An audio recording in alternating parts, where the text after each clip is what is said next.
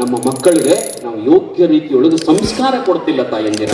ನಮ್ಮ ಮಕ್ಕಳಿಗೆ ನಾವು ಸಂಸ್ಕಾರ ಅದನ್ನ ನೋಡಿ ನೀವು ಹೆಣ್ಣು ಮಕ್ಕಳಿಗೆ, ಈಗ ಹೆಣ್ಣು ಹುಡುಗರದವಲ್ಲ ಶಾಲೆಗೆ ಹೋಗ್ತಾವಲ್ಲ, ಯಾರು 10th ಓದ್ತಾರ, ಯಾರು PUC ಸೆಕೆಂಡ್ ಇಯರ್ ಓದ್ತಾರ, ಯಾರು ಡಿಗ್ರಿ ಓದ್ತಾರ, ಹೆಣ್ಣು ಹುಡುಗರದವಲ್ಲ, ಆ ಹೆಣ್ಣು ಹುಡುಗರು ಎಷ್ಟು ವ್ಯವಸ್ಥಿತ ಅದಾರ ನೋಡ್ರಿ ಪಾಪ, ಎಲ್ಲಿ ಹೊರಗೆ ಹೋಗಿಲ್ಲ. ಆ ನಂತರ ಪರ್ಸೆಂಟೇಜ್ ಚಲೋ ಮಾಡ್ತಾರ, ತಾಯಿಗಳು ಎಷ್ಟು ಸಾಥ್ ಕೊಡ್ತಾರ, ಮನ್ಯಾಗ ಬಾಂಡೆ ತಿಕ್ತಾರ, ಬಟ್ಟೆ ತೊಳಿತಾರ, ಸಾಧ್ಯ ಆದ್ರೆ ಅಡಿಗೆ ಮಾಡ್ತಾರ, ಯಾರ್ಯಾರು ಬಂದ್ರೆ ನಾಷ್ಟ ಮಾಡಿಕೊಡ್ತಾರ, ಚಾ ಮಾಡಿಕೊಡ್ತಾರ, ಪರಿಶಿ ಒರೆಸ್ತಾರ, ಎಲ್ಲ ಹೆಣ್ಣು ಹುಡುಗರು ಮಾಡ್ತಾವ. ಅದನ್ನ ನೀವು ವಿಚಾರ ಮಾಡ್ರಿ, ನಿಮ್ ಗಂಡು ಹುಡುಗರು ಹಿಂಗ್ ಕೆಲಸ ಮಾಡ್ತಾವೆ? ಮಾಡಂಗಿಲ್ಲ. ನೀವ್ ಏನ್ ಹೇಳಿದ್ರು ಮಾಡಂಗಿಲ್ಲ. ಚಟ್ಕೊಂಡು ಹೊರಗೆ ಹೋಗ್ತಾರ, ನಿಮಗೆ ಏನಾರ ಮಾತಾಡ್ತಾರ, ಒಂದು ಕೆಲಸನೂ ಮಾಡ್ಲಾರ್ದ ಹೊರಗೆ ಅಡ್ಡಾಡ್ತಾವ ಹುಡುಗರು. ಅವ್ರಿಗೆ ನಾವು ಹೇಳಂಗಿಲ್ಲ, ಯಾಕಂದ್ರೆ ನಾವು ಆ ಮಕ್ಕಳಿಗೆ ಸಂಸ್ಕಾರ ಕೊಡುವಲ್ಲಿ ನಾವು ವಿಫಲರಾಗಿದ್ದೇವೆ. ಅದ ನೀವು ಹೆಣ್ಣು ಮಕ್ಕಳಿಗೆ ಎಷ್ಟು ಚಂದ ಸಂಸ್ಕಾರ ಕೊಡ್ತೀರಿ, ಎಷ್ಟು ಚಂದ ಅವ್ರಿಗೆ ಟ್ರಿಕ್ನಾಗ ಇಟ್ಟಿರಿ ಗೊತ್ತದ ನೀವೆಲ್ಲ. ಕಾಲೇಜ್ ಬಿಡಿತು ಅಂತಂದ್ರೆ, ಹೈಸ್ಕೂಲ್ ಬಿಡ್ತೀವಿ ಅಂತಂದ್ರೆ 4 ಗಂಟೆಗೆ ಬಿಡ್ತು ಅಂದ್ರೆ 4ರಿಂದ 4:15 ಒಳಗ 5 ನಿಮಿಷ 10 ನಿಮಿಷದೊಳಗ ಆ ಹುಡುಗರು ಮನೆಯಾಗಿರ್ಬೇಕು. ಹೆಣ್ಣು ಹುಡುಗರು 15 ನಿಮಿಷ ತಡ ಆತಂದ್ರೆ ಬರಗುಡದ ಅವು ಪಟ್ನ ಕೇಳ್ತಾಳ, ಅಪ್ಪ ಕೇಳ್ತಾನ, ಇನ್ಕತ್ತ ಎಲ್ಲಿ ಹೋಗಿದ್ದಿ, ಯಾಕೆ ಇಟ್ಟೊತ್ತು ಮಾಡಿದಿ, ಶಾಲೆ ಯಾವಾಗ ಬಿಟ್ಟದ, ಎಲ್ಲಿ ಇರ್ತಿದ್ದಿ, ಯಾರು ಕೂಡ ಮಾತಾಡಕತ್ತಿದ್ದಿ, ಅಕಸ್ಮಾತ್ ಫೋನ್ ತಗೊಂಡು ಏನಾರು ನೋಡಕತ್ತಿದ್ರ ಯಾಕೆ ಫೋನ್ ತಗೋತಿ, ಫೋನ್ ತಗೋಬೇಡ, ಕೆಲಸ ಮಾಡು. ಯಾರು ಕೂಡ ಫೋನ್ಯಾಗ ಬಳತಕ ಮಾತಾಡಕತ್ತಿದ್ರೆ ಯಾರು ಕೂಡ ಮಾತಾಡಕತ್ತಿದಿ, ಎಷ್ಟೊತ್ತು ಮಾತಾಡ್ತಿ, ಅಲ್ಲೇ ಹೊರಗೆ ನಿಂತದಿ. ಎಷ್ಟು ಕಂಡೀಷನ್ ಹಾಕ್ತೀರಿ ಹೆಣ್ಣು ಹುಡುಗರಿಗೆ. ಲೇಟ್ ಮಾಡಿ ಬಂದ್ರೆ ಹೆಂಗಂತೀರಿ? ಅದ ನಿಮ್ಮ ಗಂಡ ಮಗ ರಾತ್ರಿ ಬಾರಾಕ ಬರ್ತಾನ, ಒಬ್ಬರ ಕೇಳಿರಿ, ಯಾಕೋ ಇಟ್ಟುತ್ತಂತ ಒಬ್ಬರ ಕೇಳಿರಿ, ಅಪ್ಪ ಕೇಳಿರಿ, ಅವ್ವ ಕೇಳಿರಿ, ಇಲ್ಲ. ರಾತ್ರಿ ಬಾರಕ ಬಂದ್ರು ಸುಮ್ಮಕೊಂಡಿರ್ತೀರಿ, ಅವ 100 ರೂಪಾಯಿ ಅಳಗಲ್ ಮಾಡಿದ್ರು ಸುಮ್ಮಕೊಂಡಿರ್ತೀರಿ, ಯಾರು ಕೂಡ ಎಲ್ಲಿ ಬೇಕಾದಲ್ಲಿ ಅಡ್ಡಾಡಿದ್ರು ಸುಮ್ಮಕೊಂಡಿರ್ತೀರಿ. ಯಾಕಂದ್ರೆ ನನ್ನ ಮಗ ಏನಾರ ತಪ್ಪಿಗೆ ತಿಳ್ಕೊಂಡಾನಂತ ತಿಳ್ಕೊಂಡ. ತಾಯಂದಿರ, ಮಕ್ಕಳು ಏನೂ ತಪ್ಪು ತಿಳ್ಕೊಳಂಗಿಲ್ಲ. ಅವ್ರಿಗೆ ನಾವು ಯೋಗ್ಯ ರೀತಿಯೊಳಗೆ ನಾವು ಹೇಳಬೇಕು, ಪ್ರೀತಿಯನ್ನು ಕೊಡಬೇಕಿಲ್ಲ ಅಂತ ಇರ್ತಲ್ಲ, ಆದ್ರ ಪ್ರೀತಿಯ ಜೊತೆಗೆ ಅವನ ಬದುಕನ್ನು ನಾವು ನಿರ್ಮಾಣ ಮಾಡ್ಬೇಕು, ಅವನ ಬದುಕನ್ನು ನಾವು ನಿರ್ಮಾಣ ಮಾಡ್ಬೇಕು. ಆ ರೀತಿಯೊಳಗೆ ಏನಪ್ಪಾ ಅಂತಂದ್ರ ಜಗತ್ತಿನೊಳಗ ನಿಜಗೊಂಡ್ರು ಹೇಳ್ತಾರಲ್ಲ, ಏನಂತಂದ್ರ ಬರೀ ಸಂಸಾರ ಮಾಡುವುದಷ್ಟೇ ದೊಡ್ಡದಲ್ಲ, ಜಾನನು ಲೌಕಿಕ ಪರಮಾರ್ಥವೆರಡನೂ ಕೂಡಿ ನಡೆಸುತ್ತೇ ನಿಂತು. ಅಂದ್ರೆ ಯಾರಿಗೆ ಶಾನೆ ಅನ್ನಬೇಕು ಅಂತಂದ್ರ, ಯಾ ಮನುಷ್ಯ ದುಡಿತಾನ ದೇವರಿಗೂ ನಡೀತಾನ. ದುಡಿಯೋದು ಒಂದು ಭಾಗ ಆದ್ರೆ ದೇವರಿಗೆ ನಡ್ಕೊಳ್ಳೋದು ಮತ್ತೊಂದು ಭಾಗ ಆಗ್ಬೇಕು. ನಮ್ಮ ಮನ್ಯಾಗ ತಿನ್ನೋದು ಒಂದು ಭಾಗ ಆದ್ರೆ ಕೊಡೋದು 2 ಭಾಗ ಆಗ್ಬೇಕು. ನಾವು ಗಳಿಸಿಡೋದು 1 ಭಾಗ ಆದ್ರೆ ಕೊಡೋದು 2 ಭಾಗ ಆಗ್ಬೇಕು. ಹಿಂದಿನ ಜಮಾನದೊಳಗೆ ನೋಡ್ರಿ, ರಾಶಿ ಮಾಡ್ತಿದ್ರು ಅಂತಂದ್ರೆ, ರಾಶಿ ಕೊಯ್ತಿದ್ರು ಅಂತಂದ್ರೆ, ಗೊಂಜಾಳ ರಾಶಿ ನೀವೇನಾರ ಮಾಡ್ತಿದ್ರು ಅಂದ್ರೆ ಏನ್ ರಾಶಿ ಕುಟ್ರೆ ಹಾಕ್ತಿದ್ರಲ್ಲ, ಆಗ ಎಲ್ಲರಿಗೂ ತೆಗೆದಿಡ್ತಿದ್ರು. ಯಾರಿಗೆ ತೆಗೆದಿಡ್ತಿದ್ರು ಅಂತಂದ್ರ, ಆ ಸ್ವಾಮಿಗಳದ್ದು ಅವ್ರದ್ದು ತೆಗೆದಿಡು, ಆ ನಂತರ ಅವ್ರ ಕಟಿಂಗ್ ಮಾಡೋರ್ದು ಅವ್ರದ್ದು ತೆಗೆದಿಡು. ಅವರೆಲ್ಲ ಪಾಲುಗಾರರೇ ಆಗಿನ ಕಾಲದಾಗ. ಹಿಂದಿನ ಕಾಲದಾಗ ಅವರೆಲ್ಲ ಪಾಲುಗಾರರು. ಈಗ ಯಾರು ದಾನ ಮಾಡೋ ಪದ್ಧತಿನೇ ಇಲ್ಲ. ಕೂಲಿ ಹಾಕ್ತಿದ್ರು, ಕೂಲಿ ಹಾಕ್ಬೇಕು ಅವ್ರಿಗೆ. ಆ ನಂತರ ಕೂಲಿ ಮುಗಿದ ನಂತರ ಒಂದು 10-15 ಮಂದಿ ದಾನ ಬೇಡಕ್ ಬರ್ತಿದ್ರು. ಊರಾಗ ಯಾರ್ಯಾರು ಇರ್ತಾರೆ ಎಲ್ಲರೂ, ಸಮಗಾರ ಪೈಕಿ ಅವ್ರು ಬರ್ತಿದ್ರು, ತಳವಾರ ತೊಳೆಯವ್ರು ಬರ್ತಿದ್ರು, ಬಟ್ಟೆ ಒಗೆಯವ್ರು ಬರ್ತಿದ್ರು, ಕಟ್ಟ ಮಾಡೋರು ಬರ್ತಿದ್ರು, ಮತ್ತೆ ಸ್ವಾಮಿಗಳು ಬರ್ತಿದ್ರು. ಹಿಂಗೆ ಎಲ್ಲರೂ ಬಂದು ಪಾಳೆ ಹಚ್ಕೊಂಡು ನಿಂದಿರೋದು. ಕೂಲಿ ಆದ ನಂತರ ಬರ್ರಿ ನೀವು, ಕೂಲಿ ಅವ್ರಿಗೆ ಹೆಂಗೆ ಹೆಡಿಗೆ ತುಂಬಿ ಕೊಡ್ತಿದ್ರಲ್ಲ, ಹಂಗ ದಾನ ಮಾಡೋ ದಾನದವ್ರಿಗೂ ಹೆಡಿಗೆ ತುಂಬಿ ಕೊಡ್ತಿದ್ರು. ಈಗ ಯಾರು ಕೊಡ್ತೀರಿ? ಇಲ್ಲ. ಯಾಕ? ನಮ್ಗ ಸಾಲ್ವಲ್ತು. ಸಾಲ್ವಲ್ತು ಅಂದ್ರೇನ? ನಿಮ್ಗೇನು ಸಾತಿಲ್ಲ ಅನ್ನಂಗಿಲ್ಲ. ಎದಕ್ ಸಾಲ್ವಲ್ತಂದ್ರ ಇಡಾಕ ಸಾಲ್ವಲ್ತು. ₹1,00,000 ಆದ್ರೆ 2,00,000 ರೂಪಾಯಿ ಮಾಡಬೇಕಂತ ಹಠ ಹಿಡಿತೀರಿ. 10 ಲಕ್ಷ ರೂಪಾಯಿ ಅಂದ್ರೆ ಇನ್ನು 10 ಲಕ್ಷ ಕೂಡಿ 20 ಮಾಡ್ಬೇಕಂತ ಹಠ ಹಿಡಿತೀರಿ. ಪರಂತು 10 ಮಾಡ್ತೀರಿ, 20 ಮಾಡ್ತೀರಿ, ಕೋಟಿ ಮಾಡ್ತೀರಿ, ಅಲ್ಲೇ ಇಟ್ಟ ಮಣ್ಣಾಗ ಹೋಗ್ತಿರಲ್ಲ ಯಪ್ಪ. ಒಯ್ಯಕ್ಕೆ ಯಾರಿಗೂ ಬರಂಗಿಲ್ಲ, ಒಯ್ಯಕ್ಕೆ ಯಾರಿಗೂ ಬರಂಗಿಲ್ಲ. ಕಾರಣ ಏನು ಅಂತಂದ್ರೆ, ನಾವು ಇರುವುದ್ರೊಳಗ ಯಾರಿಗೇನ್ ಕೊಡಬೇಕು, ಎಷ್ಟು ದಾನ ಮಾಡ್ಬೇಕು, ನಮಗಾಗಿ ಏನು ಗಳಿಸ್ಬೇಕು ಅನ್ನೋದಂದ್ರ ನಾವೇನು ಕೊಟ್ಟಿರ್ತೀವಲ್ಲ ಅದನ್ನೇ ಗಳಿಸ್ಬೇಕು. ನಾವು ಎಂತವದಾನಂದ್ರು, ಎಂತವ್ ಸತ್ತಾನಂದ್ರು ಅವನು ಹೋದ ಮಣ್ಣಾಗ ಹೋಗಿಬೇಕು, ಬೇರೆ ಏನು ಮಾಡಕ್ ಬರಂಗಿಲ್ಲ. ನಿಮ್ಗೆ ಗೊತ್ತಿರ್ಬೇಕು, ಸ್ಮಶಾನದೊಳಗ ಎಲ್ಲ ಮಂದಿನ ಅಲ್ಲೇ ಹೋಗಿ ಹೋಗಿತಾರಲ್ಲ, ಅಲ್ಲಿ ಸತ್ತವ್ರೆಲ್ಲರೂ ಎದ್ದು ಕೂತು ಮೀಟಿಂಗ್ ಮಾಡಕತ್ತಿದ್ರು ಅಂತಂದು. ಯಾರ್ರಿ ಸತ್ತವ್ರೆಲ್ಲರೂ 100 ಮಂದಿ ಏನ್ ಸತ್ತಿರ್ತಾರಲ್ಲ, ಓದೋದು ಮನ್ ಕೊಟ್ಟಿರ್ತಿರ್ಲ, ಅವ್ರೊಟ್ಟರು ಕೂಡಿ ಮ್ಯಾಲ ಮೀಟಿಂಗ್ ಮಾಡಕ್ ಎದ್ದು ಕೂತ್ರ. ಫಸ್ಟ್ಗೆ ಮ್ಯಾಲ ಎದ್ದು ಕುಂತಂತ, ಎದ್ದು ಕುಂತ ಕೂಡಲೇ ನೋಡ್ದ ಊರಾಗ ದೊಡ್ಡ ಸಾವುಕಾರ, ಚಿಮ್ಮೂಡ್ ಊರಾಗ ದೊಡ್ಡ ಸಾವುಕಾರ ಇದ್ದಲ್ಲ, ಅವನು ಬಂದಾನ ಅಲ್ಲೇ. ಅವ ಅಂದ, ಅರೆ ಸಾವುಕಾರ ನೀವು ಇಲ್ಲೇ ಬಂದರಿ? ನಾನು ಇಲ್ಲೇ ಬಂದನು. ಮತ್ ನಿಮ್ಮನು ಇಲ್ಲಿ ಇದ ಮಣ್ಣಾಗ ರೀ? ಇದ ಮಣ್ಣಾಗನು ನಾನು ಅಲ್ರಿ. ಮತ್ತೆ ನೀವು ಊರಾಗ ದೊಡ್ಡ ಸಾವುಕಾರ, ಊರಾಗ ಅದು ದೊಡ್ಡ ಸಾವುಕಾರ, ಇಲ್ಲಿ ಮಾತ್ರ ಮಣ್ಣಾಗನ ಅನುಗುಣದ ಮತ್ತೊಬ್ಬ ನೋಡಿದ ಎಮ್ ಎಲ್ ಎ ಅವನು ಸತ್ತಿದ್ದ, ಅವನು ಅಲ್ಲೇ. ಅರೆ ಸಾಹೇಬ್ರ ನೀವ್ರಿ? ಹಾ ನಾನು ಇಲ್ಲೇ ಬಂದನಿ. ಅರೆ ನೀವು ಎಮ್ ಎಲ್ ಎ ಇದ್ರಲ್ರಿ, ಮತ್ತೆ ನಿಮ್ ಹಿಂಬದಿ 8 ಮಂದಿ ಅಡ್ಡಾಡ್ತಿದ್ರಲ್ಲ ಮನಗಂಡ. ಒಂದ ಆ ಗಟ್ಟನು ಎಲ್ಲ ಅಡ್ಡಾಡೋರು. ಆ ಘಟ್ಟ ಈಗ ಯಾರು ಇಲ್ಲ, ನಾವು ಹಬ್ಬ ಬಂದ ನೋಡ್ದ ಇಲ್ಲೇ ಮಣ್ಣಾಗನ ಇಟ್ಟಾರ. ತಾಯಂದಿರ ಎಮ್ ಎಲ್ ಎ ಇದ್ರು ಅದ ಮಣ್ಣಾಗ, MP ಇದ್ರು ಅದ ಮಣ್ಣಾಗ, ಗೌಡನ್ ಅದ ಮಣ್ಣಾಗ, ಸಾವುಕಾರನ ಅದ ಮಣ್ಣಾಗ, ಬಡವನು ಅದ ಮಣ್ಣಾಗ, ಕೀಳ್ ಜಾತಿಯವನು ಅದ ಮಣ್ಣಾಗ, ಮೇಲ್ ಜಾತಿಯವನು ಅದ ಮಣ್ಣಾಗ, ಎಲ್ಲಾ ಹರಿಜನ ಪೈಕಿನೂ ಅದ ಮಣ್ಣಾಗ, ಸ್ವಾಮಿನೂ ಅದ ಮಣ್ಣಾಗ, ಮಠಾಧೀಶರು ಅದ ಮಣ್ಣಾಗಣ. ಅಲ್ಲಿ ಎಲ್ಲರೂ ಸಮಾನರೇ, ಅಲ್ಲಿ ಎಲ್ಲರೂ ಸಮಾನರೇ. ಆದ್ರೆ ಜಗತ್ತಿನೊಳಗ ಸ್ಮಶಾನದೊಳಗೆ ಎಲ್ಲರೂ ಸಮಾನ ಆದ್ರೆ ಸಿಗಬೇಕಲ್ಲ ಮಕ್ಕಳಾದವರು. ಆದ್ರೆ ಒಂದು ಮಾತು ಪಕ್ಕ ತಿಳ್ಕೋರಿ, ಯಾ ಮಗಾನು ಹಡದ ಅವಂದು ಅಪ್ಪಂದು ಉಪಕಾರ ತೀರ್ಸಕ್ ಆಗಂಗೆ ಇಲ್ಲ. ಒಂದು ಜನ್ಮದೊಳಗಲ್ಲ, ಒಬ್ಬ ತಾಯಿಯ ಋಣವನ್ನ 1000 ಜನ್ಮದಲ್ಲಿ ಹುಟ್ಟಿ ಬಂದರೂ ತೀರಿಸಲಿಕ್ಕಾಗೋದಿಲ್ಲ. ಯಾಕಂತಂದ್ರ ನಿನ್ನ ಹೊರಗೆ ಬೆಳೆಸೋದಲ್ಲ, ನಿನ್ನ ಹೊರಗೆ ಬೆಳೆಸೋದಲ್ಲ, ನಿನ್ನ ಎಲ್ಲಿ ತಯಾರು ಮಾಡ್ಯಾಳ ತಾಯಿ ಅಂತಂದ್ರ ತನ್ನ ಗರ್ಭವೆಂಬ ಗುಡಿಯಲ್ಲಿ, ತನ್ನ ಗರ್ಭವೆಂಬ ಗುಡಿಯೊಳಗ ಹೆಂಗಂತಂದ್ರ ನಿನಗೆ ಏನು ಬೇಕನ್ನುವುದ ಅಲ್ಲೇ ಹಾಕಿ ನಿನ್ನ ಬೆಳೆಸಳು ತಮ್ಮ. ನಿನ್ನ ಹಡಿಯುವಾಗ, ನೀನು ಈ ಲೋಕಕ್ಕೆ ಬರುವಾಗ ಆಕೆಗೆ ಆಗಿರತಕ್ಕಂಥ ನೋವು ಎಂತದ್ದು ಅಂತಂದ್ರ ಸಾವು ಬದುಕಿನ ಮಧ್ಯೆ ಹೋರಾಡ್ತಾಳ. ಸಾವು ಬದುಕಿನ ಮಧ್ಯೆ ಹೋರಾಟ ಮಾಡಿ ನಿನ್ನನ್ನ ಹಡದಿದ್ದಾಳೆ. ಆ ತಾಯಿಯ ಋಣ, ಆ ತಾಯಿಯ ಉಪಕಾರ ನೀನು ಎಂದೂ ತೀರಿಸಲಿಕ್ಕಾಗೋದಿಲ್ಲ. ಸಾಧ್ಯ ಆದ್ರೆ ವಯಸ್ಸಾದ ನಂತರ ಆ ತಾಯಿ ಸೇವಾ ಮಾಡು, ಸಾಧ್ಯ ಆದ್ರೆ ಆ ತಂದೆಯ ಸೇವಾ ಮಾಡು. ಮೊದಲು ನಾವು ಹುಟ್ಟಿದಾಗ್ರಿ ಅವ್ವ, ನಾವು ಹುಟ್ಟಿದಾಗ ಅಥವಾ ನೀವು ಸಣ್ಣವರಿದ್ದಾಗ ನಮಗೆ ಜಳಕ ಮಾಡಕ ಬರ್ತಿದ್ದಿಲ್ಲ. ವರ್ಷದವರಿದ್ದಾಗ 6 ತಿಂಗಳ ಕೂಸು ನಾವಿದ್ದಾಗ ನಮಗೇನ್ ಜಳಕ ಮಾಡಕ್ ಬರ್ತಿತ್ತು? ನನ್ನ ತಾಯಿ ಎಷ್ಟು ದಿವಸ ನಮಗ ಜಳಕ ಮಾಡಿಸಾಳ, ಎಷ್ಟು ದಿವಸ ನಮಗ ಊಟ ಮಾಡಿಸಾಳ. ನಮಗ ನಡೆಯಕ ಬರ್ತಿದ್ದಿಲ್ಲ, ನಮಗ ಬಟ್ಟೆ ಹಾಕೊಳಕ ಬರ್ತಿದ್ದಿಲ್ಲ. ಆಗಿನ ಸಂದರ್ಭದೊಳಗ ನಮಗ ಊಟ ಮಾಡಿಸಿ, ಜಳಕ ಮಾಡಿಸಿ, ಬಟ್ಟೆ ಹಾಕಿ ನಮಗ ನಡೆದಾಡಕ ಕಲಿಸಿದಾಳಲ್ಲ ತಾಯಿ. ಆದ್ರ ನೆನಪಿಡ್ರಿ, ಮುಂದೊಂದು ಟೈಮ್ ಹಿಂಗ ಬರ್ತದ, ಮುಂದೊಂದು ಟೈಮ್ ಹಿಂಗ ಬರ್ತದ. ಏನಂತಂದ್ರ ನಿನಗ ಜಳಕ ಮಾಡಾಕ ಬರ್ಲಾರ್ದಾಗ ಯಾವ ನಿನ್ನ ತಾಯಿ ಜಳಕ ಮಾಡಿಸಲ್ಲ, ಮುಂದೆ 90 ವರ್ಷ ಆದ ನಂತರ, 80 ವರ್ಷ ಆದ ನಂತರ ಆಕಿಗೂ ಜಳಕ ಮಾಡಾಕ ಬರಂಗಿಲ್ಲ, ಆಕಿಗೂ ನಡೆಯಕ ಬರಂಗಿಲ್ಲ, ಆಕಿಗೂ ಊಟ ಮಾಡಕ ಬರಂಗಿಲ್ಲ, ಆಕಿಗೂ ಬಟ್ಟೆ ಹಾಕೊಳಕ ಬರಂಗಿಲ್ಲ. ಹಂಗ ಮುಪ್ಪಾಣ ಮುದುಕಿಯಾಗಿ ಕುಂತಿರ್ತಾಳಲ್ಲ, ಆಗ ನೀ ಹೋಗಿ ಮುಂದೆ ಕೂತ ತಾಟ ತಗೊಂಡ ನಮ್ಮವು ಊಟ ಮಾಡಕ ಬರಂಗಿಲ್ಲ, ನಾನು ಊಟ ಮಾಡಿಸ್ತೇನಂತ ತಿಳ್ಕೊಂಡ ಆಕಿಗೆ ಊಟ ಮಾಡಿಸು. ನನ್ನ ತಾಯಿಗೆ ನಡೆಯಕ ಬರಂಗಿಲ್ಲ ಅಂತ ತಿಳ್ಕೊಂಡ ನೀನು ಹೋಗಿ ನಿನ್ನ ತಾಯಿ ಮುಂದೆ ನಿಂದರು, ನಿನ್ನ ತಾಯಿಗೆ ಕೈ ಕೊಡು. ಕೈ ಹಿಡಿದು 1-4 ಹೆಜ್ಜೆ ನಿನ್ನ ತಾಯಿನ ನಡೆಸಿದಿ ಅಂತಂದ್ರ ನಿನ್ನ ನಡೆಸಿದ ಉಪಕಾರ ತೀರಿದ್ರು ತೀರಬಹುದು ತಮ್ಮ, ನಿನ್ನ ಉಪಕಾರ ತೀರಿದ್ರು ತೀರಬಹುದು. ಆದ್ದರಿಂದ ಏನಪ್ಪಾ ಅಂತಂದ್ರ ತಾಯಿಗಳು ಎಷ್ಟು ಪ್ರೀತಿಯಿಂದ ಬೆಳೆಸ್ತಾರಲ್ಲ, ಆದ್ರೆ ಮಕ್ಕಳು ಹಂಗಿರಂಗಿಲ್ಲ. ಒಬ್ಬ ತಾಯಿ ಬಡತನದೊಳಗ 8 ಮಕ್ಕಳಿಗೆ ಜ್ವಾಕಿ ಮಾಡ್ತಾಳ, 8 ಮಕ್ಕಳು ಸಾಕಿ ಮಾಡ್ತಾಳ.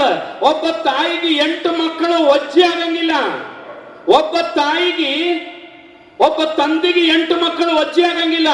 ಆದ್ರ ಮುಂದ ಅದ 8 ಮಕ್ಕಳು ದೊಡ್ಡವರಾದ ನಂತರ, ಸಾಲಿ ಕಲಿತ ನಂತರ, ಮದುವೆ ಆದ ನಂತರ ಆ 8 ಮಂದಿ ಮಕ್ಕಳಿಗೆ ಒಬ್ಬ ತಾಯಿ ಒಜ್ಜೆ ಆಗತ್ತಾಳಲ್ಲ, ಒಬ್ಬ ತಂದೆ ಒಜ್ಜೆ ಆಗತ್ತಾನಲ್ಲ. 8 ಮಂದಿ ನೌಕರಿ ಹಿಡಿದಾರ, ದೊಡ್ಡ ದೊಡ್ಡವ್ರ ಮಣಿ ಕಟ್ಟ್ಯಾರ. ಆದ್ರ ಒಬ್ಬ ತಾಯಿಗೆ ಹಿರಿಯವಂತನ ತನ್ನ ಸಣ್ಣವ್ಗ, ಯಪ್ಪ 6 ತಿಂಗಳತನ ಇಟ್ಟುಕೊಂಡ 6 ತಿಂಗಳು ನೀ ಕರ್ಕೋಲ್ಲ, ಇನ್ನವ್ಗ ನೀ ಕರ್ಕೋ, ನೀ ಸಾಕಿ ಮಾಡು. ಅವಂತಾನೆ ನನಗಾಗಂಗಿಲ್ಲ, ನನಗಾಗಂಗಿಲ್ಲ.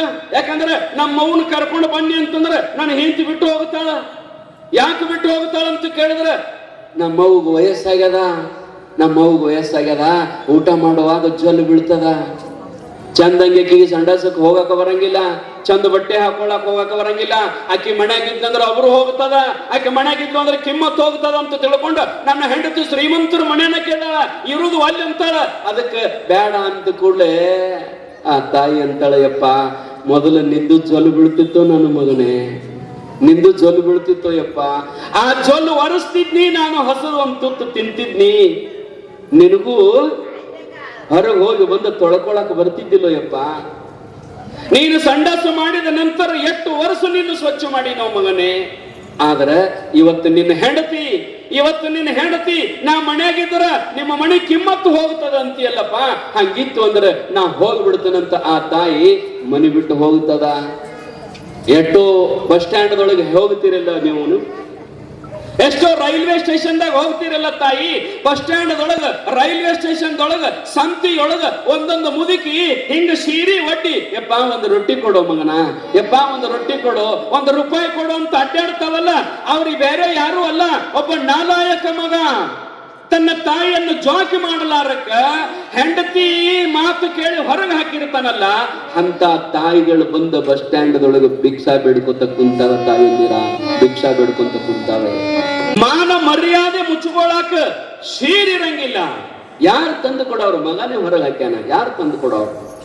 ಅಂತಹ ಮಾನ ಮರ್ಯಾದೆ ಹೋಗುವಂತಹದ್ದು ಅಂತ ಸೀರೆ, ಹರಕು ಸೀರೆ, ಆ ಹರಕು ಸೀರೆ ಉಟ್ಕೊಂಡು ಅಡ್ಡಾಡ್ತಿದ್ಲು ಅಂತಂದ್ರ ಒಂದು ಸೀರೆ ಕೊಡಿಸರೋ ಯಪ್ಪ ಆ ಮುದುಕಿಗೆ. ನಿಮ್ಗೆ ಎಲ್ಲಿ ಬೇಕಾದಲ್ಲಿ ಭೇಟಿ ಆಗಲಿ, ಬಸ್ ಸ್ಟ್ಯಾಂಡ್ ದೊಳಗ, ರೈಲ್ವೆ ಸ್ಟೇಷನ್ ದೊಳಗ, ಸಂತ್ಯಾಗ, ಎಲ್ಲಾರ ಊರಾಗ, ಹಾದಾಗ, ಬೀದ್ಯಾಗ ಮರ್ಯಾದೆ ಮುಚ್ಕೊಳಕ ಆಗಲಾರಕ್ಕ ಅಂತ ಹರಕು ಸೀರೆ ಉಟ್ಕೊಂಡು ಅಡ್ಡಾಡ್ತಿದ್ಲು ಅಂತಂದ್ರೆ ಅಂತ ಮುದುಕಿಗೆ, ಅಂತ ಹೆಣ್ಮಗಳಿಗೆ, ಅಂತ ಅಜ್ಜಿಗೆ ಒಂದು 100-200 ರೂಪಾಯಿ, ಏನು 1000-1200 ರೂಪಾಯಿದೇನ್ ಬೇಡ, 1500-2000 ಬೇಡ, 2000-3000 ಬೇಡ, ಬರೀ 200 ರೂಪಾಯಿ ಸೀರೆ ಕೊಡಿಸ್ರಿ ಪುಣ್ಯಾತ್ಮರೇ.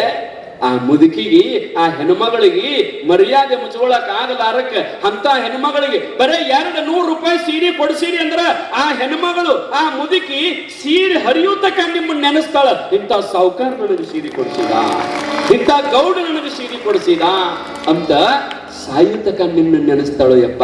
ಅದ ನಿನ್ನ ಮನ್ಯಾಗ ಹೆಂಡತಿಗೆ ಸೀರೆ ತಂದು ಕೊಡ್ತೀಯಲ್ಲ, 5000 ತಂದು ಕೊಟ್ಟಾರಿಲ್ರಿ ಅವನಿಗೆ.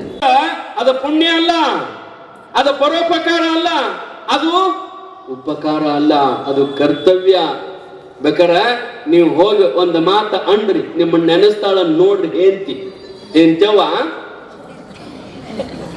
5000 ರೂಪಾಯಿ ಸೀರೆ ತಂದು ಕೊಟ್ಟಿರಿ ಕರೆ, ಆಕೆ ನೆನೆಸಂಗಿಲ್ಲ.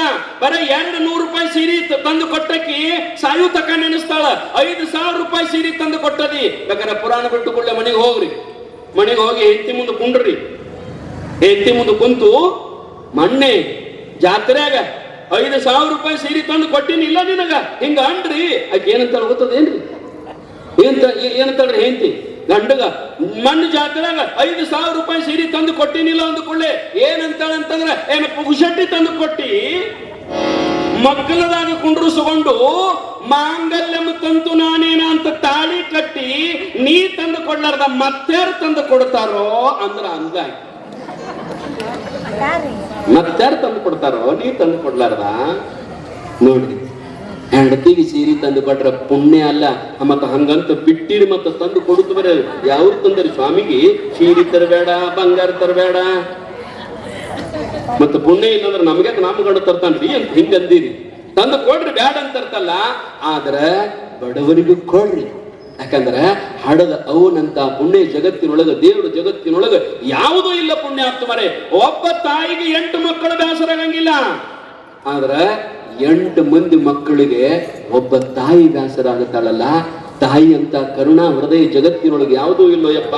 ಬಹುತೇಕ ಬಹಳ ಮಂದಿ ಜಗತ್ತಿನೊಳಗ ನೀವು 70-80 ವರ್ಷ, 40-50 ವರ್ಷದವ್ರು ಅದೀರಿ. ಜಗತ್ತಿನೊಳಗ ನೀವು ಬೇಕಾದ್ರೆ ಇಷ್ಟು ಅನುಭವದ ನಿಮಗ ಒಬ್ಬನು ನಿಮಗ ಮುಂದೆ ಹೋಗಲಿ ಅಂತ ಯಾವ ಅನ್ನಂಗಿಲ್ಲ, ನೀ ದೊಡ್ಡವಾಗಲಿ ಅನ್ನಂಗಿಲ್ಲ. ಆದ್ರ ಸಾವಿರ ಮಂದಿ ನಿನ್ನ ಕಾಲು ಜಗ್ಗಿ ನೀ ಕೆಳಗ ಬರ್ಲಿ, ನೀ ಅಳಗಾಲಾಗಲಿ ಅನ್ನೋ ಮಂದಿ ಅದಾರ. ಆದ್ರ ತಾಯಿ ಮಾತ್ರ, ನೀ ತಾಯಿಗೆ ಎಷ್ಟು ಕೇಡು ಮಾಡಿದ್ರು, ನನ್ನ ಮಗ ದೊಡ್ಡವಾಗಲಿ, ನನ್ನ ಮಗ ಬೆಳಿಲಿ, ನನ್ನ ಮಗ ಸಾವುಕಾರ ಆಗಲಿ, ನನ್ನ ಮಗ ಊರು ಗೌಡ ಆಗಲಿ, ನನ್ನ ಮಗ ಹೇಳ್ದಂಗ ಊರನ್ನ ಕೇಳಿ ಅಂತ ತಿಳ್ಕೊಂಡ ತಾಯಿ ನಿನ್ನ ಅಭಿವೃದ್ಧಿಯನ್ನು ಬಯಸ್ತಾಳೋ ಯಪ್ಪ.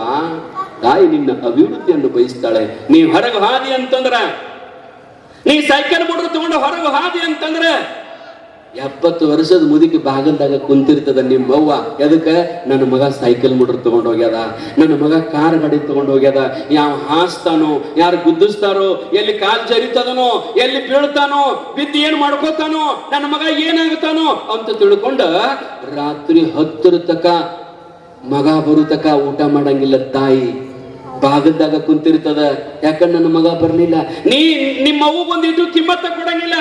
ನಿಮ್ಮ ಅವನ್ನ ಬೈತಿ, ಆಕೆಗೆ ಏನೂ ಕೇಳಂಗಿಲ್ಲ ಅಂದ್ರೂ ಕೂಡ ಬಾಗಲ್ದಾಗ ಕುಂತಿರ್ತದ. ಇನ್ನ ನನ್ನ ಮಗ ಬಂದಿಲ್ಲ. ಆದ ಕೂಡಲೇ ಮತ್ತೆ ಮೋತಿ ಸಾರು ಮಾಡ್ಕೊಂಡು ಕೊಂಡಿರ್ತಾಳ. ರಾತ್ರಿ 10ಕ್ಕ ಸಸಿ ಬರ್ತಾಳ ಹೊರಗಿಂದ. ಅದ್ದೇ ಬಾ ಊಟ ಮಾಡಬಾ, ಎಡತಕ್ಕ ಕುಂಡಿರ್ತಿ, ಹಸುವಾಗ್ಯದ ಇಲ್ಲ, ನಾ ಉಂಡು ಮಕ್ಕೋತೀನಿ ನೋಡು. ಗಂಡಿನ ಬಂದಿಲ್ಲ. ಈಕಿ ಹೆಂಡತಿ ಅಂತಾಳ. ಆಕೆ ಅಂತಾಳ, ಅವ್ವ ಇನ್ನ ಬಂದಿಲ್ಲಲ್ಲ ಯವ್ವ, ಮತ್ತ ಅದ್ಯಾವಾಗ ಬರ್ತದ? ಹಾಗ ರಾತ್ರಿ ಭಾರತಕ್ಕೆ ಅಡ್ಡಕೋತ ಹೋಗ್ತದ. ಅದು ಯಾವಾಗ ಬರ್ತದ? ನೀ ಉಂತೀಯ ಇಲ್ಲ?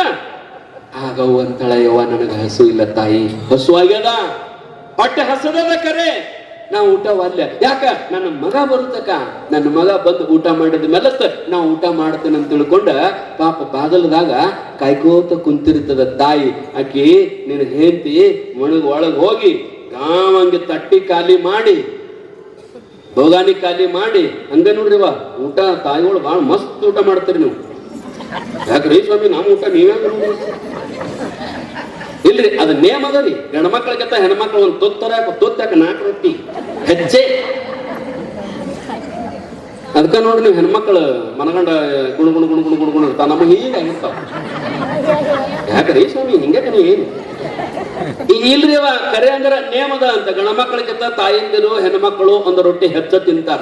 ಅದಕ್ಕ ನೋಡ್ರಿ ನೀವು ಯಾರು ಊಟ ಕರಿ, ಅವ್ನ್ ಕರಿ ಊಟ ಮಾಡುವ, ಅವ್ನ್ ಗಂಡ ಊಟ ಮಾಡಿದ, ಹುಡುಗ ಮಗ ಅವ್ ಊಟ ಕರಿ, ಮತ್ ನಿಮ್ಮ ದೊಡ್ಡಪ್ಪ ಅವನು ಕರಿ. ಎಲ್ಲಾರು ಉಂಡು ಹಾದ್ಮೇಲತ್ತ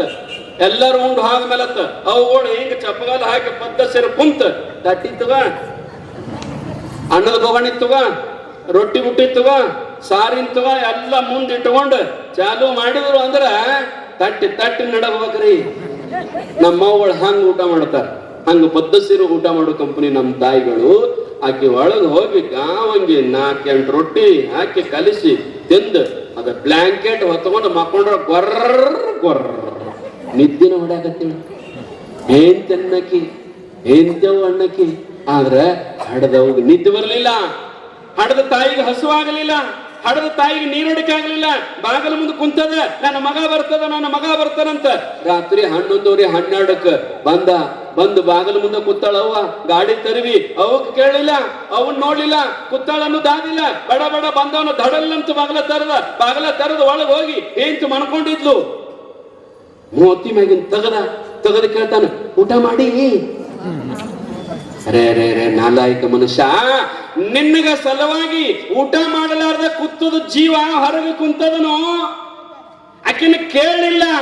ಈಕಿ 4 ರೊಟ್ಟಿ ತಿಂದ ಮಲಿಗಳ, ಜಗ್ಗಲ ಪಟ್ಟ ಹೊತ್ಕೊಂಡ ಮನಿಗಳ. ಆಕಿಂದ ಬ್ಲಾಂಕೆಟ್ ತೆಗೆದು ಕಿವ್ಯಾಗ ಹೋಗಿ ಊಟ ಮಾಡಿ. ಮಾಡಿನ್ರಿ ನೀವ್ ಎಡದ್ದು ಮಾಡಿರಲ್ಲ. ಹೌದು, ತಡ ಆಯ್ತು, ಊಟ ಮಾಡಿ ಇಲ್ಲ. ಮತ್ತೊಮ್ಮೆ ಕೇಳೋದಕ್ಕೆ ಮಾಡೀನಿ. ಮತ್ತು ಹುಡುಗರು ಅವು ಮಾಡ್ಯಾವ. ಆಗ ಲಾಸ್ಟಿಗೆ ಕೇಳ್ತಾನ ಏನಂತಂದ್ರ,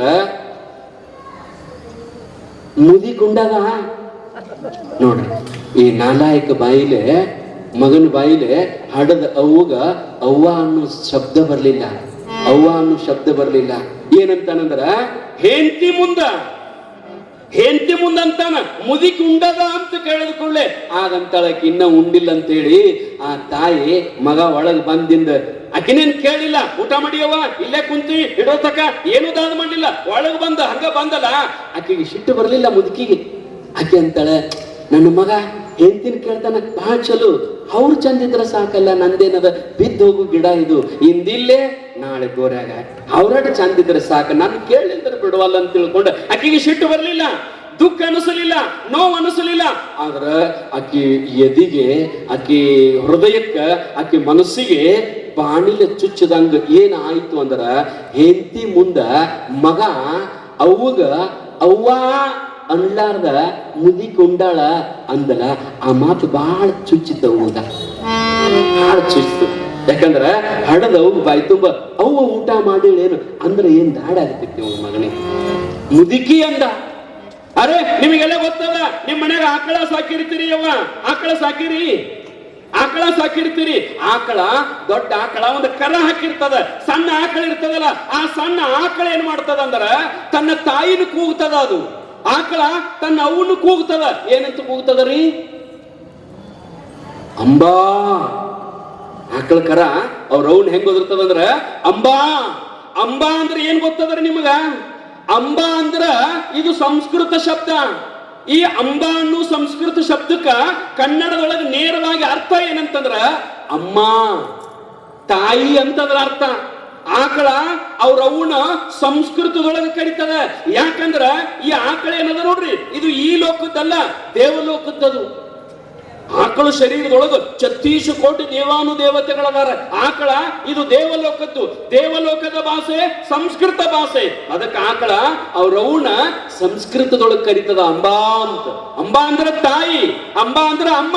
ಅಂಬಾ ಜಗದಂಬ, ಕಾಳಿಕಾಂಬ, ಮಾರಿಕಾಂಬ. ಅಂಬಾ ಅಂದ್ರೆ ತಾಯಿ. ಮನ್ಯಾಗ ಹುಟ್ಟಿದ ಆಕಳ ಕರ ಆಕಳಿಗೆ ಅವ್ವ ಅಂಬ ಅಂತ ಕರೀತದ.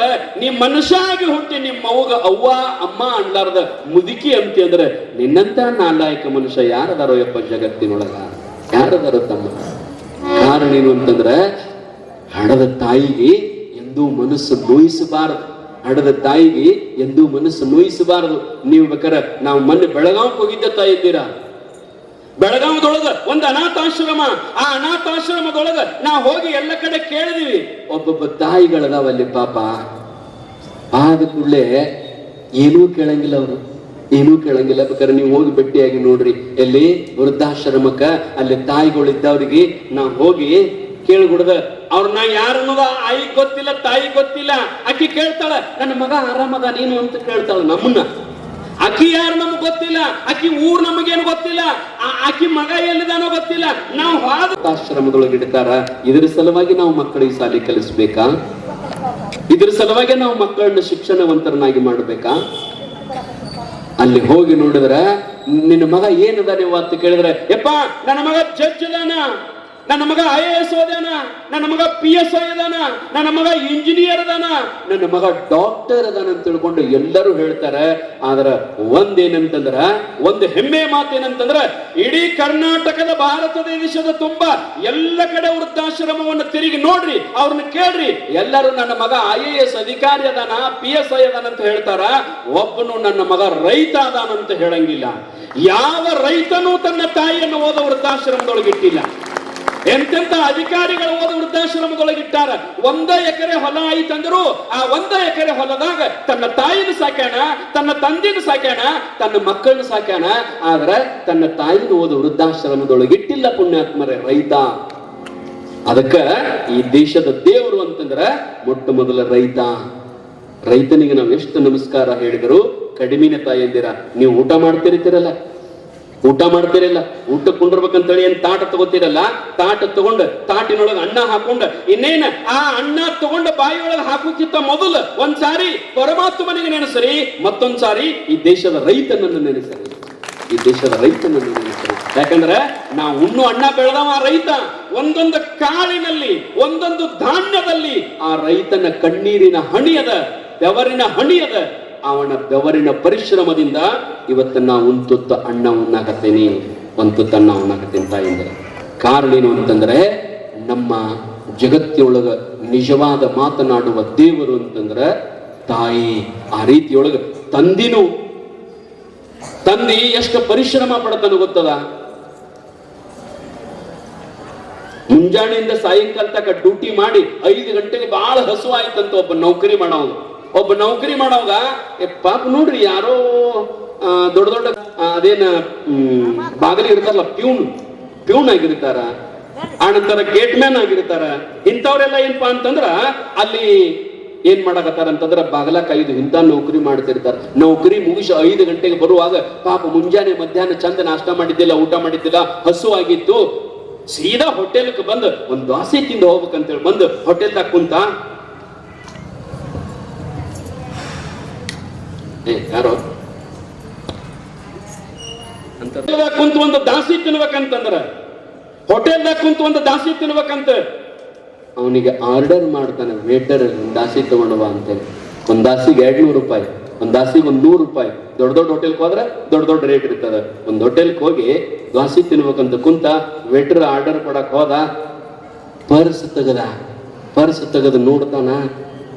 ನೆನಪಾಯ್ತ ಅವನಿಗೆ, ಮುಂಜಾನೆ ಬರುವಾಗ ಅವನ 2 ಮಕ್ಕಳು ಅವನ ಹತ್ತಿರ ಬಂದ, ಯಪ್ಪ ನನಗೆ ಕಚ್ಚಾ ಬುಕ್ ಇಲ್ಲ, ನನಗೆ ಪಕ್ಕಾ ಬುಕ್ ಇಲ್ಲ, ಯಪ್ಪ ನನಗೆ ಬುಕ್ ಇರ್ಲಿಲ್ಲ ಅಂದ್ರೆ ಶಾಲೆಗೆ ನನಗೆ ಕರ್ಕೊಳಂಗಿಲ್ಲ ಅಂತ 2 ಮಕ್ಕಳು ಕಣ್ಣಾಗ ನೀರು ತಂದಿದ್ದು. ಯವ್ವ ಸಾಯಂಕಾಲ ಬರುವಾಗ ನಿನಗೆ 2 ಬುಕ್ಕ ತರ್ತನಂತ ಹೇಳಿ ಬಂದಿದ್ದ.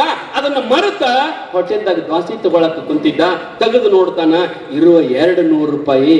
ಅವ ಅಂದ, ಅರೆ ನನ್ನ ಮಕ್ಕಳಿಗೆ ಬುಕ್ ಕೊಂಡು ಕೊಡ್ಲಿಲ್ಲ ಅಂತಂದ್ರೆ ನನ್ನ ಮಕ್ಕಳು ಮಾತಾಡ್ತಾವ ಅಂತ ಹೇಳಿ ಆ ವೇಟ್ರನ್ ಕರೆದ, ದ್ವಾಸಿ ಕ್ಯಾನ್ಸಲ್, ದ್ವಾಸಿ ಬೇಡಪ್ಪ.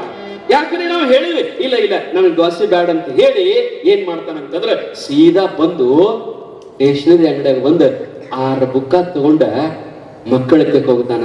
ಹೋಗಿ ತಗೋರಿವ ಅಂತ ಕೊಟ್ಟ ಕೂಡಲೇ ಎಷ್ಟು ಖುಷಿಯಿಂದ ನಗಾಕತ್ತಿರಂದ್ರ ಮಕ್ಕಳು, ಆ ಮಕ್ಕಳ ನಕ್ಕೋಂತ ಕುಣದಾಡುವುದನ್ನು ನೋಡಿ ಅವನು ಪೂರ್ತಿ ಹೊಟ್ಟೆ ತುಂಬಿ ಬಿಟ್ಟಿತ್ತು. ಅಪ್ಪನ ಪೂರ್ತಿ ಹೊಟ್ಟೆ ತುಂಬಿ ಅಂತಹ ಕಷ್ಟದೊಳಗ ಮಕ್ಕಳಿಗೆ ನಾವು ಸಾಲಿ ಕಲಿಸ್ತೀವಲ್ಲ, ಆದ್ರೆ ಮುಂದೆ ಆ ಮಕ್ಕಳು ನಮ್ಮನ್ನು ನೋಡ್ಲಿಲ್ಲ ಅಂತಂದ್ರೆ ನಮ್ಮ ಗತಿ ಹೆಂಗ ಅನ್ನೋದನ್ನ ನಾವು ಇವತ್ತಿನ ಮಕ್ಕಳಿಗೆ ಇದು ಯಾಕೆ ಹಿಂಗಾಗುತ್ತದ ಅನ್ನೋದನ್ನು ನಾವು ಅರ್ಥ ಮಾಡ್ಕೋಬೇಕು.